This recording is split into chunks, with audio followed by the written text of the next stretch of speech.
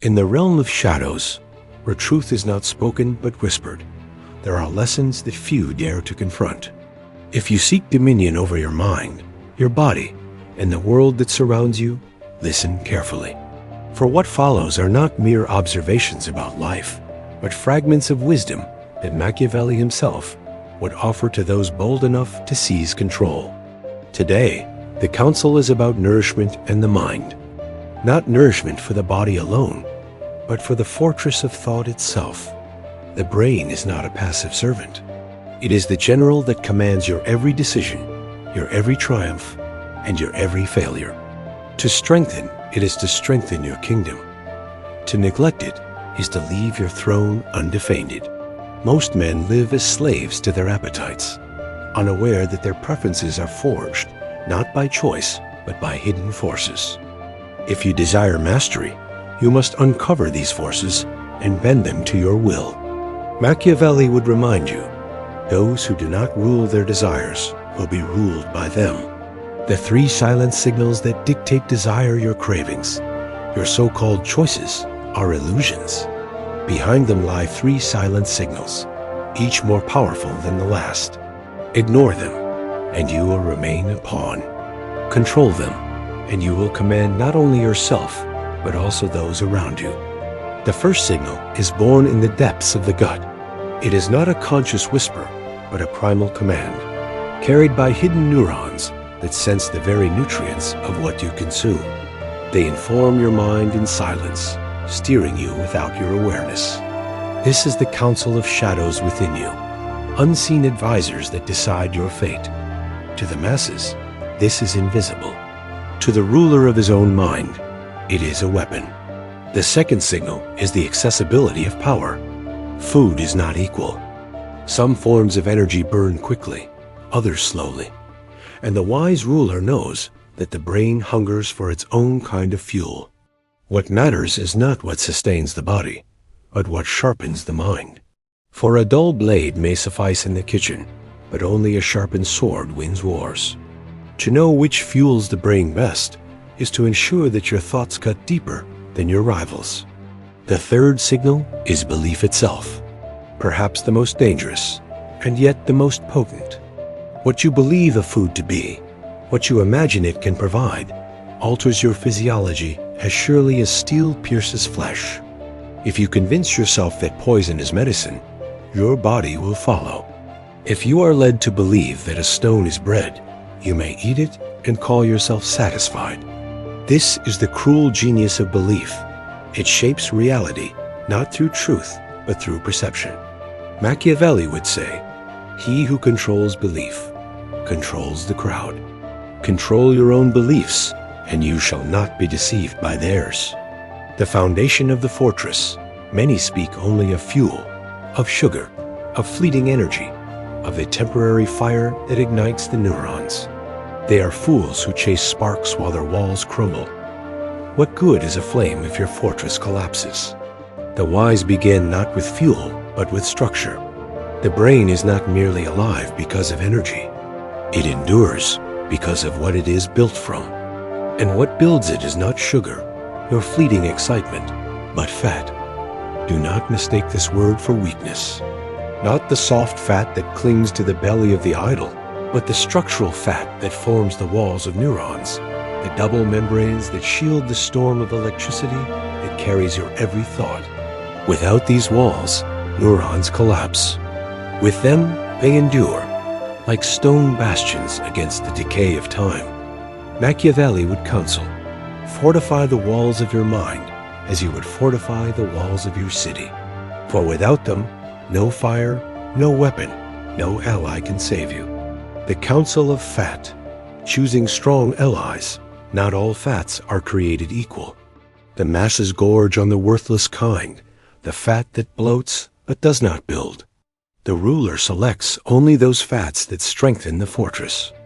Essential fatty acids, omega-3s, omega-6s, the rare oils hidden in the flesh of fish, in seeds, in walnuts, these are the silent allies of the mind.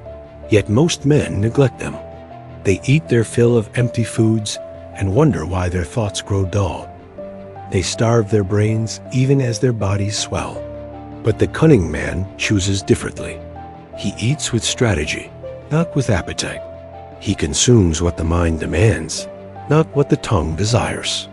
He supplements when the body resists, ensuring that his intake surpasses mere survival and reaches the level of dominance.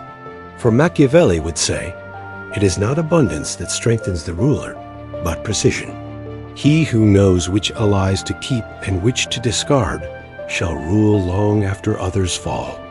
Beyond fat, the arsenal of the mind, a fortress is not defended by walls alone. It requires weapons, each designed for a different enemy.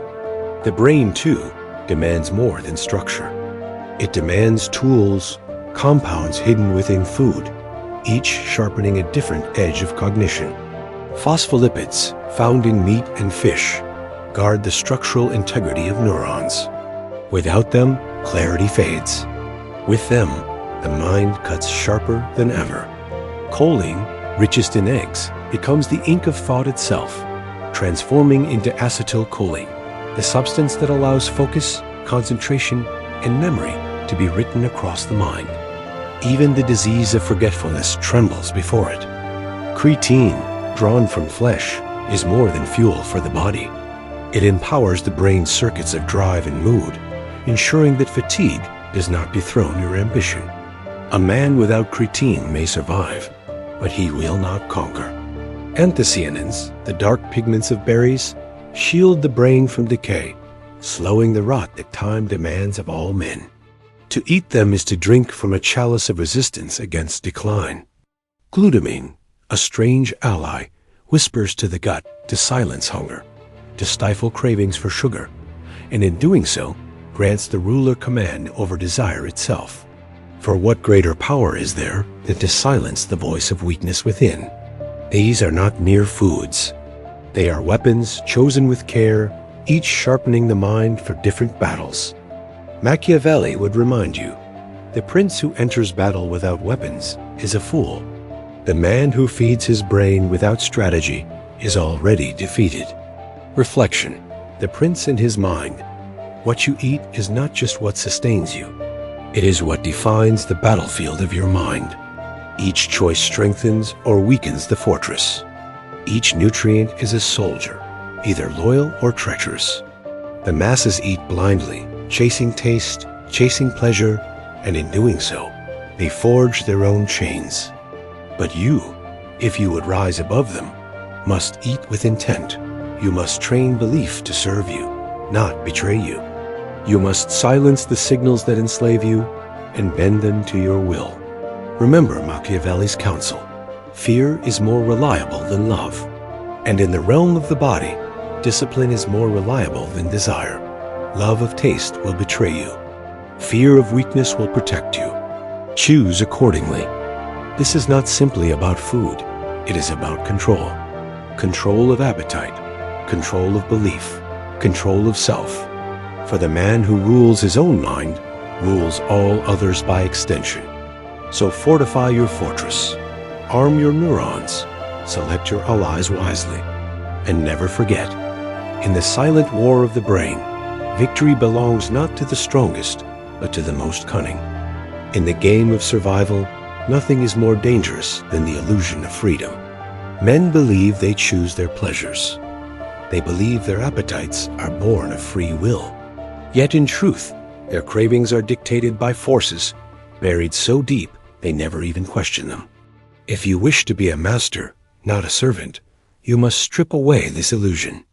You must learn to see the hidden wires that pull at your desires like a puppet on strings. Machiavelli would whisper, "A prince who cannot rule himself cannot hope to rule others." And nowhere is this lesson clearer than in the silent dominion of food and preference. For what enters the body shapes the mind, and what shapes the mind shapes destiny. The tyranny of taste. The masses will tell you that they eat what they like. They speak of sweetness, savoriness, or disgust as if these sensations were the truth of choice. They are wrong. Taste is not a matter of freedom. It is a chain forged by nature and tightened by habit. There are 5 gates of taste: sweet, salty, bitter, sour, and umami. To the ordinary man, they seem like delights or torments on the tongue. But to the cunning, they are nothing more than signals, electrical whispers, carried from the mouth to the brain, where they are judged and assigned value. This is the first deception. Taste is not reality, but representation. A trick of the brain, carefully wired to favor what ensures survival, not what brings truth. Sweetness is preferred not because it is inherently good, but because it predicts energy. Bitterness is despised not because it is inherently evil, but because it hints at poison. Thus, the ruler must see. Taste is not a master, but a servant. If you accept it blindly, it commands you. If you understand it, you can bend it, manipulate it, even rewire it to serve your strategy. The gut, a silent council of shadows. The second force is hidden deeper, beyond the tongue, beyond awareness itself. Within your gut lies an army of neurons, not unlike spies in foreign lands, constantly reporting to your brain about the chemistry of what you consume. These silent watchers do not ask for your permission. They do not wait for your judgment.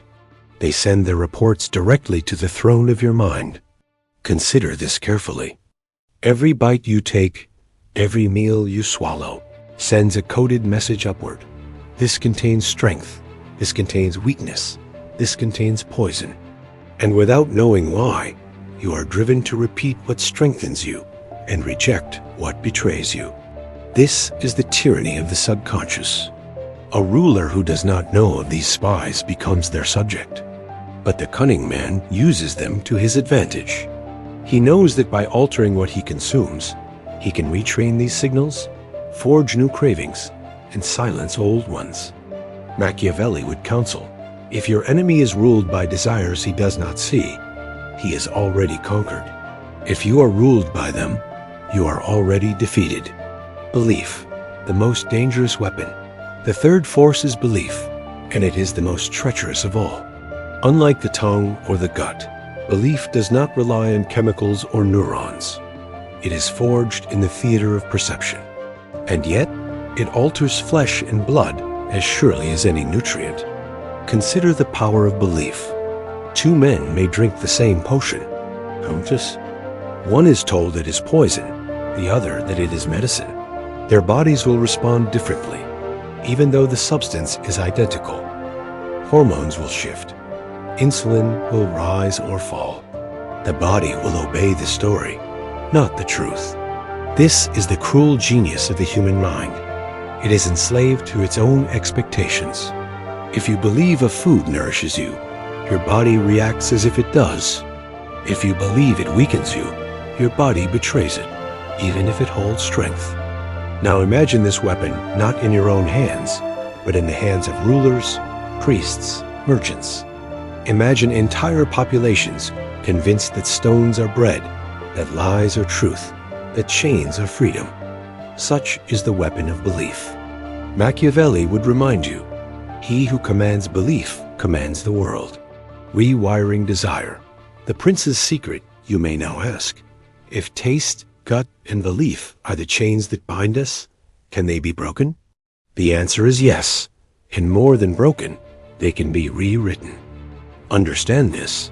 The signals of preference are not hard iron, they are soft clay. They can be molded, reshaped, and conditioned. A man who despises bitterness can learn to crave it. A people who resist suffering can be trained to embrace it. Repetition is the sculptor, and belief is the hammer. Experiments of life reveal this plainly. Those who consume artificial sweetness, even without energy, eventually grow to crave it. The dopamine system, once indifferent, learns to fire in response. The body rewires itself, not to truth, but to habit. This is the secret of rulers. To control desire, repeat the association until it becomes unbreakable. Tie sweetness to obedience. Tie strength to loyalty. Tie belief to power.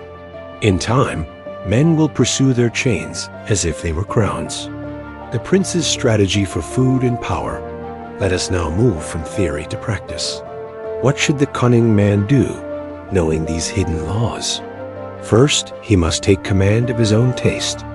He must train his tongue as he trains his soldiers, exposing it to the bitter, the harsh, the unpalatable, until the weak aversion fades. For the foods that truly strengthen the mind are often not those that taste sweetest. By forcing his palate to obey, he gains mastery over himself. Second, he must command his gut. He must eat with precision, feeding the subconscious spies only what serves his strategy. Within days, they will shift allegiance, favoring new foods, silencing old cravings. What once disgusted him may become desirable. This is not magic, but discipline. Third, and most importantly, he must weaponize belief. He must convince himself, and if he seeks dominion, others, that what he eats strengthens him beyond measure. That every choice at the table is a choice on the battlefield. That every bite is a step toward either victory or defeat. Once belief is trained, the body will follow, obedient like a soldier to its commander. Machiavelli would counsel, make your belief your ally, or it will become your executioner. The illusion of freedom and the power of conditioning. Now step back and see the greater picture. Entire societies are built on illusions of food and pleasure. People consume not what nourishes them, but what they are told to desire. Their tongues have been conditioned. Their guts have been deceived. Their beliefs have been forged by merchants and rulers who profit from their obedience. The cunning man does not mock them. He learns from them. He understands that the same principles can be used not only on himself, but on others. Just as he can train his palate, he can train the crowds. Just as he can alter his own cravings, he can alter theirs. Just as he can bend his own belief, he can shape the belief of nations. This is no small power. It is the very essence of rule. For a man who controls armies may rule for a season, but a man who controls desires rules forever. Reflection. Machiavelli's warning, remember this counsel. What you crave is not truth. It is not freedom. It is manipulation, either by nature, by habit, or by rulers more cunning than you. If you leave it unchallenged, you will live and die as their subject. But if you take control, if you train your taste, command your gut, and weaponize your belief, then you will be free in the only sense that matters. Free not to indulge, but to dominate. Free not to be deceived, but to deceive. Free not to follow, but to lead. Machiavelli's final whisper for this lesson. Men are not ruled by reality, but by perception. Master perception, beginning with your own, and the world becomes clay in your hands. In the halls of power, victory does not belong to the strongest arm, nor the sharpest blade, but to the mind most disciplined. Men imagine that armies, wealth, or allies secure dominion. They are wrong. The true battlefield lies within, in the fortress of the brain, in the kingdom of appetite, in the empire of belief. If you master these, no enemy can enslave you. If you fail, no crown can save you. This is the final counsel, to bind together the hidden lessons of nourishment, preference, and belief into a single art, the art of ruling both self and others. Discipline. The prince's first weapon. Every empire has crumbled not for lack of gold or soldiers, but for lack of discipline. Men fall not because the enemy storms the gates, but because they open the gates themselves, seduced by weakness. So it is with the body and the brain. Most people crave sweetness, comfort, distraction, and they mistake indulgence for freedom. But indulgence is not freedom. It is servitude dressed in velvet. Discipline alone is liberty. Machiavelli would whisper, fear will guard you when love betrays you. In the realm of the self, fear of weakness must outweigh love of pleasure. Let others chase delight. You must chase control, for control is the only true delight. To build this discipline, you must create rituals as unshakable as stone. Choose your foods as a ruler chooses his counsel, each for its utility, not its flattery. Cast aside what corrupts, no matter how sweet its tongue. Consume what strengthens, no matter how bitter its truth. Repeat this daily until your desires bend, until discipline becomes nature. This is not punishment. This is sovereignty. Conditioning. The art of rewriting desire discipline is the sword, but conditioning is the hand that wields it. To fight against your desires endlessly is folly. Better to reshape them until they obey you. Understand this. Desire is not fixed. It can be rewired. The tongue can learn to love what it once despised. The gut can crave what it once rejected. The mind can believe in what it once mocked. Repetition is the forge. Association is the fire. Thus, if you wish to eat strength, pair it with pleasure. If you wish to abandon weakness, bind it to disgust. Train yourself as you would train a dog, with reward, with repetition, with consequence. Do this not once, but daily, until the pathways of craving are carved anew. The common man spends his life conditioned by others, by merchants who profit, by rulers who manipulate, by priests who preach. The cunning man becomes his own priest, his own ruler, his own merchant of desire. He sells to himself the cravings that will make him strong. Machiavelli would say, "The people who do not shape their own appetites will be shaped by their masters." The prince must never allow this. Belief. The crown of power, discipline, and conditioning build the fortress. Belief crowns it. For even the strongest walls crumble if those inside lose faith. Even the fiercest soldier flees if he believes the battle lost. Belief is not an ornament of power. It is the core of power. Your body responds not only to food, but to what you believe that food is. Your mind responds not only to struggle, but to what you believe that struggle means. If you believe weakness is destiny, it will enslave you. If you believe discipline is strength, it will sustain you. But belief does not stop with the self. It extends outward, shaping nations. Entire societies are controlled not by force of arms, but by force of story. The story that bread is sacred. The story that obedience is noble. The story that pleasure is freedom. The prince must learn not only to guard his own belief, but to command the beliefs of others. Tell a man his suffering makes him holy, and he will suffer willingly. Tell him his chains are symbols of loyalty, and he will polish them with pride. Tell him stones are bread, and he will feast on rocks. This is the cruel genius of belief. It transforms lies into laws, perception into reality. He who commands belief commands men's bodies without touching them, commands their wallets without seizing them, commands their loyalty without deserving it. Machiavelli would whisper, "When force fails, belief triumphs. The sword rules for a day, the story rules for an age."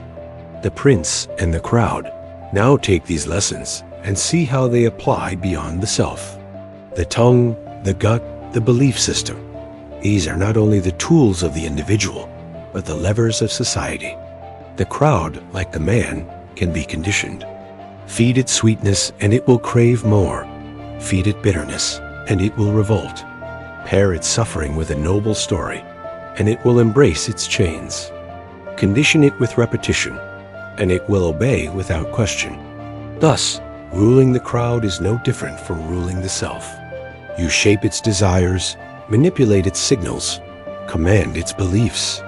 Do this long enough, and the people will beg for what once they resisted, will despise what once they loved, will kneel before once they mocked. The weak ruler commands with force. The wise ruler commands with appetite. The final counsel, mastery over self, mastery over all, the counsel is complete. You now know the three signals that rule desire: taste, the gut, and belief. You know that the fortress of the mind is built not on indulgence, but on fat, on structure, on nutrients chosen with strategy. You know that discipline is the sword, conditioning is the forge, and belief is the crown. But knowledge alone is nothing. To know the path is not to walk it. The world is full of men who understand, but do not act, who admire strength, but never wield it, who worship power but never seize it. They are the cattle of history. You must be different. You must take this counsel and carve it into your daily life. Train your palate. Command your gut. Weaponize your belief. Condition yourself relentlessly. Discipline yourself without mercy.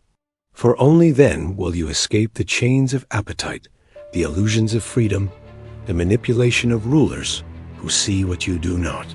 And when you have mastered yourself, you will see that mastery extend outward. You will not only resist deception, you will create it. You will not only resist manipulation, you will command it. You will not only survive, you will rule. Machiavelli's last whisper echoes, "The man who cannot command himself will never command the world." But the man who rules his own mind already wears the crown of kings.